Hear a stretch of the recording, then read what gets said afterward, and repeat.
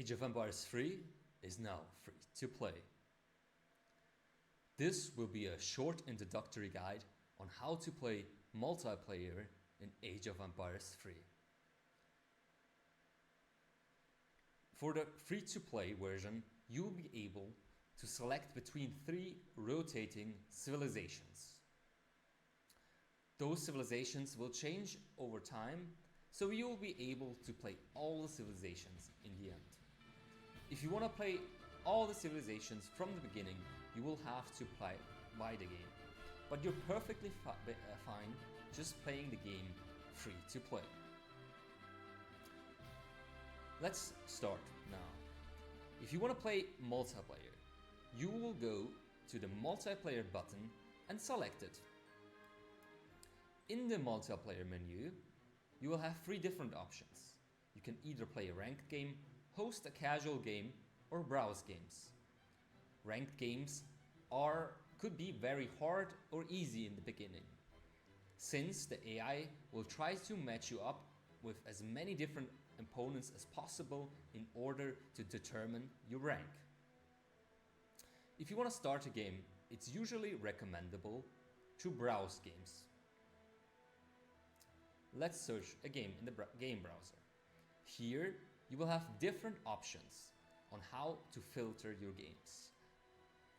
Since you cannot apply different filters at the same time, I would suggest to use the sort by password filter, as all the games with a password you cannot access if you do not have the password, as you can see here. By double pressing, you will sort the games. Now you can see the games which you can access.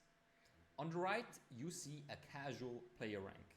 This casual player rank is not as good as the ranked rank which you will receive after 10 games, but it will give you an idea of how many games the people in the game have played. Let's join a game. For example, 3v3 noobs. In the beginning, it could happen that people drop you out of their game if you have, for example, a too high rank or too low rank. So you want to join ranks similar to your rank. Let's join a game. Once you've entered the game, it's full. That can also happen if the game is full, it might still show up. So you can just refresh, sort again, and now you will have all the games that are new right now. Let's enter again. Once you've entered the game, on the right you will see how the map looks like, and on the left you will see the players in the game. If you hover over the player's name, you will see their rank, if they do have a ranked rank. This person, for example, does not have a rank and just a casual rank. This means they haven't yet played their ranked games.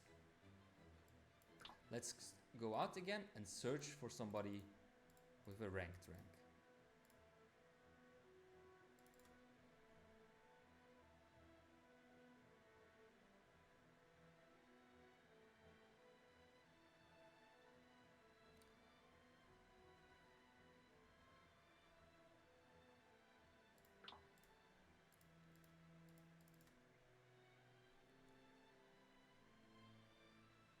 Here we can see this is a player who has played their deathmatch ranked ranks. You usually want to go by the Supremacy rank, as you will mostly play Supremacy. Supremacy is the standard game mode. With this player you cannot tell, as he hasn't yet played his Supremacy ranks. If you want to not join a game and host your own game, which means create your own game, you have to press host a casual game. Here you can enter a game name. It's usually best to change the game name to the amount of players you want to have in your game. If you do not change it, it will be just your name, but this is not recommendable. For example, you can have it, make it 2v2, a 3v3, depending on how many players you will have. In a 3v3, you have 6 players. Here you also be able to select the game mode. Supremacy is standard. Deathmatch is a mode where you have a lot of resources and you start in a later age. Usually in the beginning it's recommendable to search supremacy games, as these are most people join these games. It's much harder to find a deathmatch game or an Empire War game, for example. There's also the option to play ranked treaty. Here it also takes longer time to find a game, but you have the option to put a timer, and within that timer attacking is not possible. So if you like slower games, this is for you. The game rules you can usually leave, and the region you can usually leave as well. Should select the region closest to you. By pressing host a game, we open up the game and create it. Here people can join now, we're in the game browser, but if you want to just play against computer, you can just add civilizations by pressing open and then press left on the civilization you want to add. For example, you can have 2 Dutch and the Chinese and then ready up and play against the computer. If you want to remove them again, you just go on open, open, open, and they're gone, and real people can join your game again. You can also invite people through either your friends list. You have 2 options for that. Either you go on here on invite, top right, and then it's easiest to do a Steam invite, as you can see if the player you're playing with is online or not.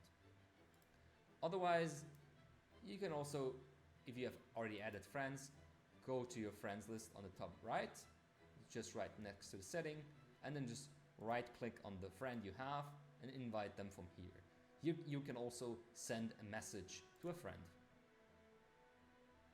by just right clicking and then left clicking on message. So let's start a game. If there are real people, everybody needs to ready up. That means pressing the ready button and keeping it on green. Once everybody's on green, there will be a timer of 5 seconds and the game will start. Since I have added computer players to the game, this will be not the case. Once I'm ready, the game will start in 5 seconds. It's best here to start with the exploration age, since this is the standard mode. Difficulty, you can have whatever difficulty you want. Easiest, obviously the easiest, and extreme is the hardest. Starting resources you'd also put to random, and this game speed, unlike in Age of Empires 2, you want to keep this at medium. So let's start the game. There are many guides on how to play each civilizations. Please consult those if you want to learn how to play the game with each civilization and which strategy can be the best. In the beginning, you will have a deck that you have to select once you enter the game. Selecting a deck you can by pressing on the flag button. Then you can, on the top right, you will not be able to see this field, but there will be a field which says select a deck. Press that and then you can select a deck, either a previous built one or one that you've created yourself. In the beginning, it's recommendable to play with the ones that are pre-created. But once you've gotten used to the game, it's best to create your own deck which is to your liking and to your playstyle. On the top right, you can leave the game by, for example, by resigning it. You have to press resign and yes.